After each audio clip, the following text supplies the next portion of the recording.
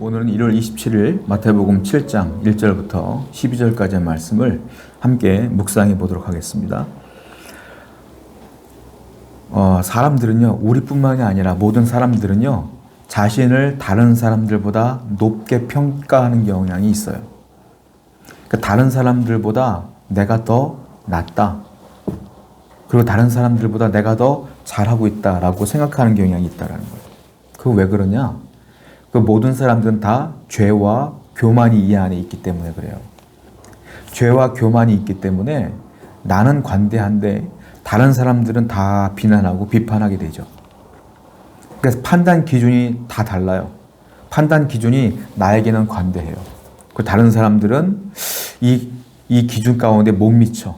그러니까 다 비난하게 되고 평가하게 되고 판단하게 됩니다. 그런데 그 원인이 다 뭐냐? 내 안에 죄와 교만이 있기 때문이다라는 거예요. 오늘 본문은 너희들이 다른 사람을 판단할 때 그릇된 기준으로 다른 사람을 판단하지 말아라 라고 주님께서 말씀하고 계셔요. 먼저 1절부터 3절을 보게 되면 처음부터 주님께서 강력하게 말씀하시는 게 뭐냐? 비판을 받지 아니하려거든 비판하지 말아라. 비판하지 말아라 라고 말씀하셔요. 비판은 뭐예요? 판단이겠죠? 판단하며 비판하며 욕하며 그런 사람들을 너가 능욕하고 또한 미워하고 거리를 두고 뭐 이런 것들 하지 말라는 소리예요. 자, 다른 사람들을 판단하는 기준은 명확해요. 예수님께서 분명히 말씀하세요. 이거 동일해요. 어떻게 말하고 있느냐? 그게 3절에 나와 있죠. 3절에 이렇게 써 있어요. 어찌하여 형제의 눈 속에 있는 티는 보고 네 눈 속에 있는 들보는 깨닫지 못하느냐? 왜 비판하느냐? 그 기준이 뭐냐? 3절에 보면 그 기준이 뭐냐? 들보 때문이다라는 거예요. 나에게는 들보가 있어요. 근데 내 들보는 내가 못 본다는 거예요. 다른 사람에게 있는 티끌만 보고 그걸 비판한다는 거죠. 내 안에는 들보가 뭐겠어요? 그것이 바로 아까 제가 말씀드린 것처럼 죄와 교만을 들보라고 해요. 그러니까 사람들이 왜 비판하냐? 내가 죄가 있고 내가 교만하기 때문에 다른 사람들을 판단하는 것이다. 교만한 사람은 특징이 있어요. 어떤 특징이겠습니까? 자기한테는 관대합니다. 그리고 다른 사람한테는 엄격합니다. 그것이 교만의 특징이에요. 나한테는 관대, 나는 다 괜찮아. 이것도 괜찮고 저것도 잘했어. 근데 저 사람은 저것도 못하고 이것도 못해. 이게 교만의 특징이에요. 사람들이 비판하고 판단하는 이유가 바로 이런 이유 때문이다. 그 기준은 아까 말씀드린 것처럼 죄와 교만 때문에 그래요. 그러니까 이게 올바른 기준이 아니다 보니까 결국 나를 향한 기준과 다른 사람을 향한 기준이 아까 말씀드린 것처럼 티끌과 들보처럼 기준 차이가 엄청나게 커요. 나한테는 티끌의 기준으로 대하는 거고 다른 사람한테는 들보의 기준으로 대하는 거예요. 내 안에 들보가 있는 것도 모르고 말이죠. 그래서 비판한다라는. 그리고 바로 이 얘기를 하신 뒤에 주님께서 7절에 기도에 관한 얘기를, 너무 유명한 기도에 관한 말씀을 하셔요. 7절이 뭐예요? 구하라 그리하면 너에게 주실 것이요, 찾으라 그리하면 찾아낼 것이요, 문을 두드리라 그리하면 너에게 열릴 것이니. 여러분, 이 구절만 딱 보면 구하면 되겠구나 라고 우리가 생각을 해서 맨날 주여 주여 외치죠. 근데 이 기도에 대한 말씀이 나오는 과정을 보셔야 되는 거예요. 그 과정이 뭐였어요? 비판하지 말아라, 판단하지 말아라, 네 안에 들보를 봐라, 남의 티끌을 보지 말아라. 이 얘기를 쭉 하신 뒤에 구하라라고 기도에 관한 말씀을 하신다라는 거예요. 이 말은 구하면 무조건 준다는 소리가 아니에요. 뭐예요? 네 안에 들보가 있는 상태에서, 죄와 교만이 있는 상태에서 구하면 준다는 게 아니라 주님께서는 이 죄와 교만, 즉 들보를 다 빼버리고 내 안에 믿음으로 채운 사람이 구하면 주실 것이고 찾으면 찾을 것이고 문을 두드리면 열릴 것이다 라는 말씀인 거예요.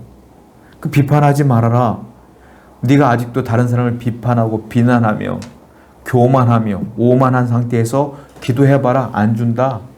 그러나 그 모든 기준을 다 내려놓고 다른 사람을 너보다 높게 여기고 낮게 여겨라. 그리하면 내가 너에게 응답하리라 라고 말씀하시는 거예요. 성도는 어떤 삶을 살아야 돼요? 다른 사람을 비판하는 게 아니라 내 들보를 갖고 사람을 판단하는 게 아니라 믿음으로 그들을 높여주는 자. 빌립보서에서 그런 말이 있잖아요. 남을 나보다 낮게 여겨라. 높게 여겨라. 그렇게 말씀하셨잖아요. 그 삶을 원하시는 거예요, 주님께서는. 그렇게 사는 사람은 구하면 내가 줄 거고 찾으면 찾을 것이고 문을 두드리면 열릴 거야. 믿음으로 살아라 라고 말씀하시는 거예요. 여러분, 기도는 믿음으로 하는 거예요. 죄를 품고 교만을 품고 하는 게 아니에요. 그 사실을 분명히 아시고 오늘도 다른 사람을 높게 여기게 된다라는 거예요. 왜냐? 12절에 바로 기도 얘기가 끝난 뒤에 제가 이 얘기를 한 것처럼 똑같은 말씀을 하시기 때문에 그래요. 12절에 뭐라고 말합니까? 그러므로 무엇이든지 남에게 대접을 받고자 하는 대로 너희도 남을 대접하라. 이것이 율법이요 선지자니라. 네가 대접을 받고 싶으면 네가 먼저 대접해, 이 말이에요. 대접이 뭐예요? 다른 사람들의 필요를 채워주는 행위가 대접인 거예요. 내가 대접받는다는 것은 내 필요를 채우는 행위고, 남을 대접한다는 건 다른 사람의 필요를 채워주는 행위인 거예요. 그러니까 주님께서 원하시는 건 뭐예요? 너의 필요를 먼저 채우지 말고 다른 사람의 필요를 채워주는 삶을 살아라.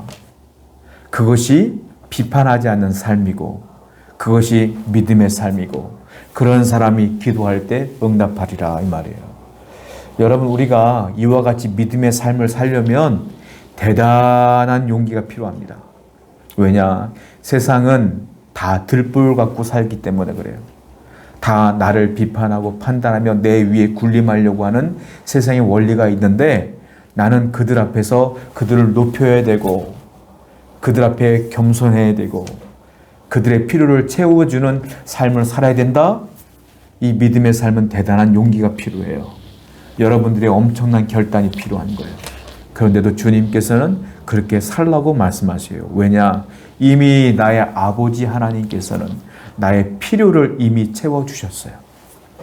여러분들의 영적인 필요를 이미 채워주셨어요. 천국 복음의 필요를 채워주셨어요. 그것으로 만족하며 너희들은 그 다른 사람들을 위하여 대접하며 살아라 라고 주님께서 우리에게 말씀하시는 거예요. 여러분, 우리에게는 두 가지 삶이 놓여져 있어요. 대접을 받을 것이냐, 대접할 것이냐. 들보를 갖고 판단할 것이냐, 아니면 그들을 높여줄 것이냐. 어떤 삶을 살겠어요? 오늘도 다른 사람들을 대할 때 섬기는 삶이 되었으면 좋겠어요. 그들을 높여주고 인정해주고 감싸주고 품어주는 그런 삶을 살아가는 여러분 되기를 축원드립니다. 기도하겠습니다. 하나님, 믿음의 삶은 대단히 용기가 필요합니다. 우리가 오늘 용기 있는 삶을 살기로 결단하게 하시고 다른 사람을 판단하거나 비판하기보다는 내 안에 있는 들보를 먼저 빼내고 믿음으로 살아가는 자가 될 수 있도록 인도해 주옵소서. 예수님의 이름으로 기도드렸습니다.